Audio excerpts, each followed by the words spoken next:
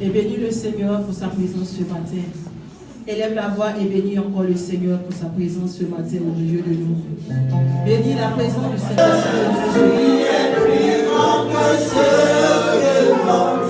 Papy, tu es excellent, tu es merveilleux, tu es plus grand que ce que l'on dit.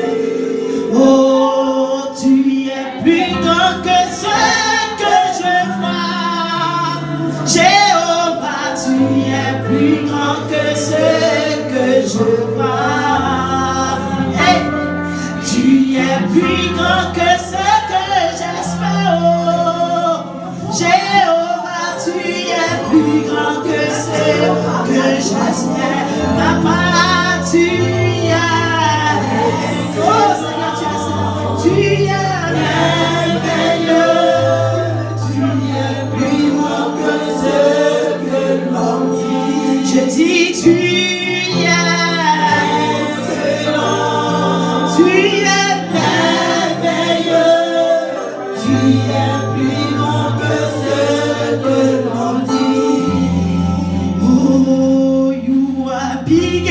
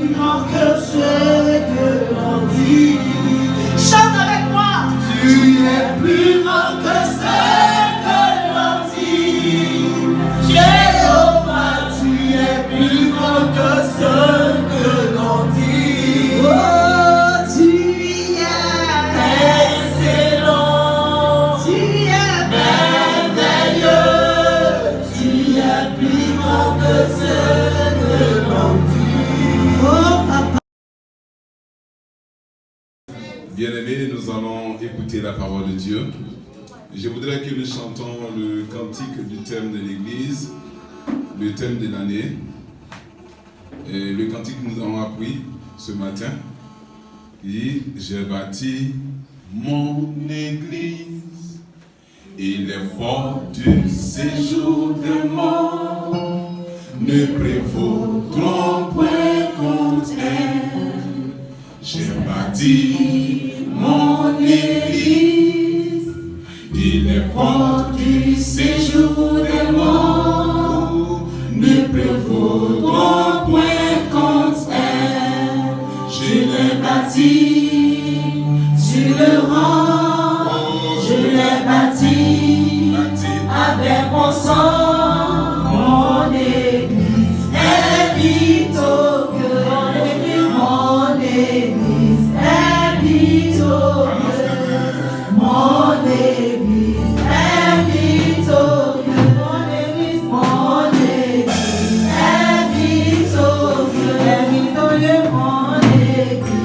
est victorieuse. Mon Église est victorieuse. Mon Église est victorieuse. Oh, j'ai bâti mon Église. Il est mort du séjour des morts.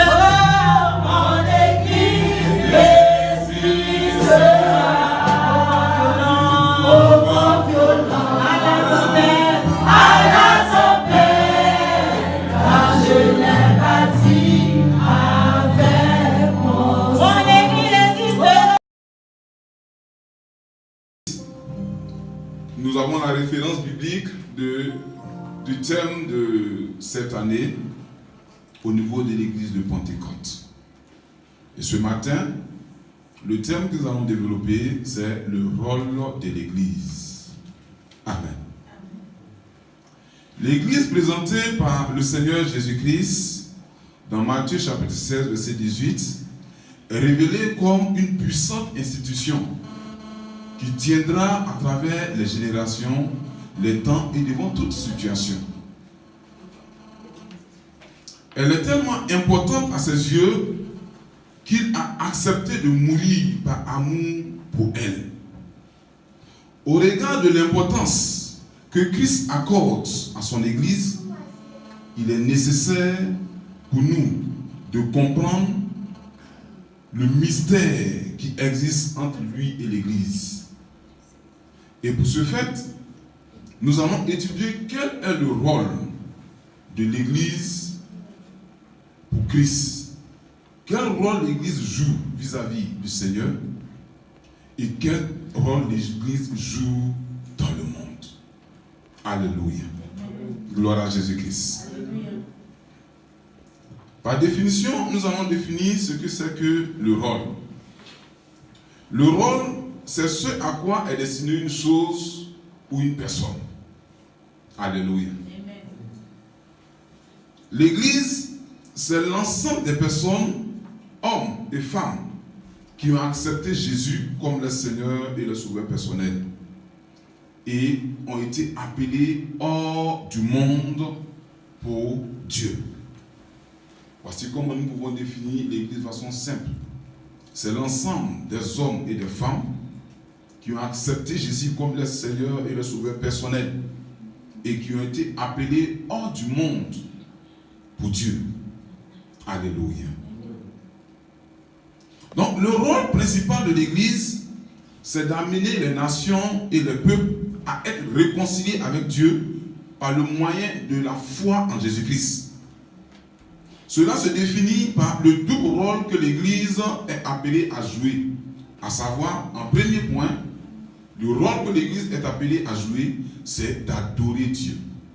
Alléluia. Le second, c'est de servir Dieu dans ce monde. Alléluia. Voici le double rôle que l'Église est appelée à jouer. Quand nous disons que nous sommes une Église ou que nous sommes membres d'une Église, bien aimés, nous avons ce double rôle à jouer. Le premier, c'est d'adorer Dieu. Et le deuxième, c'est de servir Dieu. Alléluia. Gloire à Jésus-Christ. Je voudrais que nous prenions nos saintes écritures dans le livre de Luc, chapitre 4, verset 5. Et nous faisons la lecture. Il est écrit selon la parole du Seigneur. Le diable, l'ayant élevé, lui montra en un instant tout le royaume de la terre et lui dit: je te donnerai toute cette puissance et la gloire de ces royaumes, car elle m'a été donnée. Et je la donne à qui je veux. Si donc tu te prosternes devant moi, elle sera toute à toi.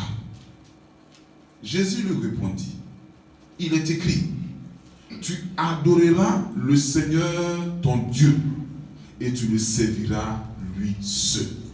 Alléluia. Bien-aimés, ce texte biblique est situé dans l'histoire de notre Seigneur Jésus-Christ. Après 40 jours de jeûne, où il s'était retiré dans le désert, la Bible dit que le diable est venu vers lui pour le tenter.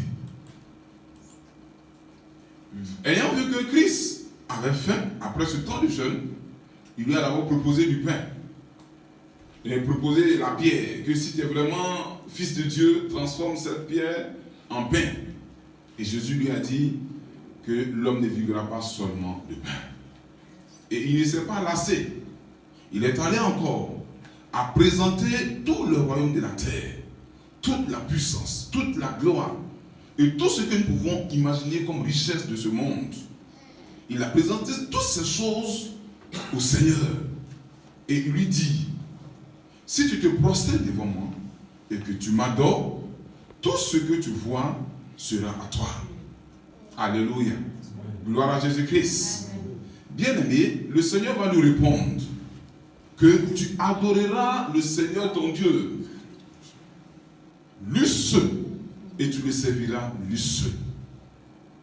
Alléluia. Ce qui importe devant le Seigneur notre Dieu, c'est que nous l'adorons. C'est que nous le servions. Ce n'est pas les richesses. Ce n'est pas la gloire. Ce n'est pas la puissance.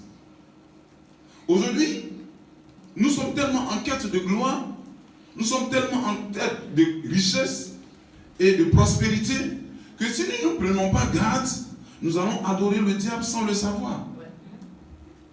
Beaucoup de personnes ont laissé ce qui est important, ont laissé ce qui est utile, est nécessaire et courent après la richesse, courent après la gloire, courent après cette puissance que le diable offre. Mais bien aimé, ce qui importe devant le Seigneur, c'est que nous l'adorons et que nous le servons lui seul. Et ça, ce n'est pas à négocier. Lorsque le diable a fait cette proposition au Seigneur, il n'est même pas passé par 2 chemins, par 4 chemins. Il a dit ouvertement qu'il est écrit, selon la parole de Dieu, que tu adoreras le Seigneur ton Dieu et tu le serviras lui seul. C'est à cela que nous sommes appelés. Nous sommes appelés à adorer Dieu et à le servir lui seul. Gloire à Jésus-Christ. Et un bon adorateur est également un bon serviteur. Si quelqu'un adore réellement le Seigneur, se consacre véritablement à Dieu, s'investit dans cette adoration avec le Seigneur, ce dernier-là sera un bon serviteur de Dieu. Non seulement un bon serviteur de Dieu, mais il sera un bon serviteur au milieu des hommes. Et ces deux sont liés. Celui qui est un bon serviteur de Dieu sera nécessairement un bon adorateur de Dieu. Alléluia. Gloire à Jésus-Christ. Donc le double rôle que l'Église doit jouer, c'est d'adorer Dieu et de le servir lui seul. En grand 1, nous allons voir le rôle de l'Église vis-à-vis du Seigneur. Le rôle de l'Église vis-à-vis du Seigneur, c'est que l'Église est appelée à adorer Dieu. Et en petit 1, nous allons voir que cette adoration doit se développer dans un amour profond et une intimité parfaite avec Dieu. Alléluia. L'Église est appelée à adorer Dieu. Mais en petit 1, nous comprendrons que l'Église doit adorer Dieu en développant un amour profond pour Dieu et une intimité parfaite avec Dieu. C'est ce que le Seigneur attend de nous. Que nous l'aimons d'un amour profond et que nous soyons intimes avec lui. C'est pourquoi dans Exode chapitre 20 verset 3, il est écrit et je lis: tu n'auras pas d'autre Dieu devant ma face. Ça, c'est tiré d'un commandement que Dieu a donné à Moïse de présenter au peuple d'Israël. Et dans ces commandements, Dieu va donner cette prescription en disant qu'en tant que des adorateurs de Dieu, il ne doit pas avoir d'autre Dieu entre Dieu et nous. Dieu veut que notre relation avec lui soit directe, que nous ayons une relation étroite avec lui, qu'il n'y ait pas d'intermédiaire, qu'il n'y ait pas de pont entre Dieu et nous. Rien ni personne ne doit être un pont entre Dieu et nous. Alléluia. Nous devons avoir pour priorité ce qui est prioritaire devant Dieu. Gloire à Jésus-Christ. Ne laisse pas quelque chose se mettre entre toi et Dieu.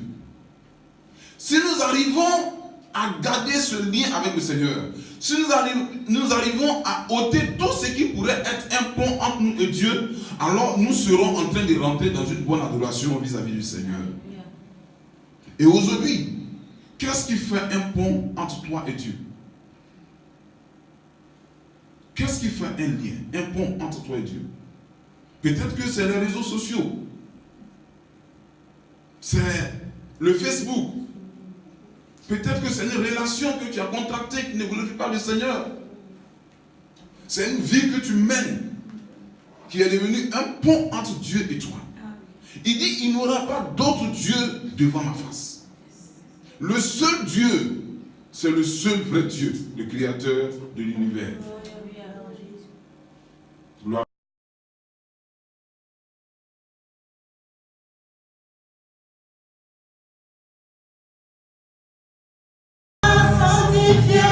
Elle sera élevée dans toute sa Amen. Oh, j'ai bâti mon église avec mon sang.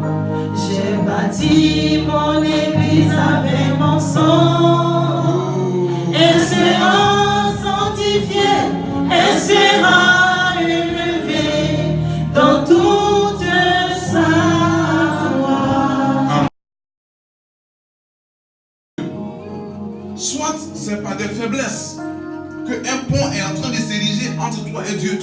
Dieu de briser ce pont. Si tu es en train d'avoir un penchant nourri pour quelque chose qui est en train de devenir un pont entre toi et Dieu dans cette relation, tu vas demander à Dieu de briser ce pont afin que tu sois plus intime avec lui, afin que ton amour pour lui soit profond, qu'il n'y ait aucune barrière, qu'il n'y ait aucune limite, mais que tu puisses toucher le Seigneur, que tu puisses rentrer dans les entrailles, dans la profondeur de la personne de Dieu, que Dieu également puisse t'atteindre dans la profondeur de ta personne. Prions le Seigneur, que le Seigneur brise toute barrière qui est devant nous, afin que nous puissions rentrer dans une intimité parfaite avec lui, que nous soyons des vrais adorateurs. Nous sommes appelés à adorer Dieu de tout notre cœur, de toute notre âme, de toute notre pensée et de toute notre force. Nous allons prier le Seigneur. Prions. Bâtissons avec zèle et sans relâche. Lèvons-nous et bâtissons avec zèle et sans relâche. Lèvons-nous, lèvons-nous pour le Maître. Bâtissons pour le Maître. Lèvons-nous et bâtissons avec zèle et sans relâche.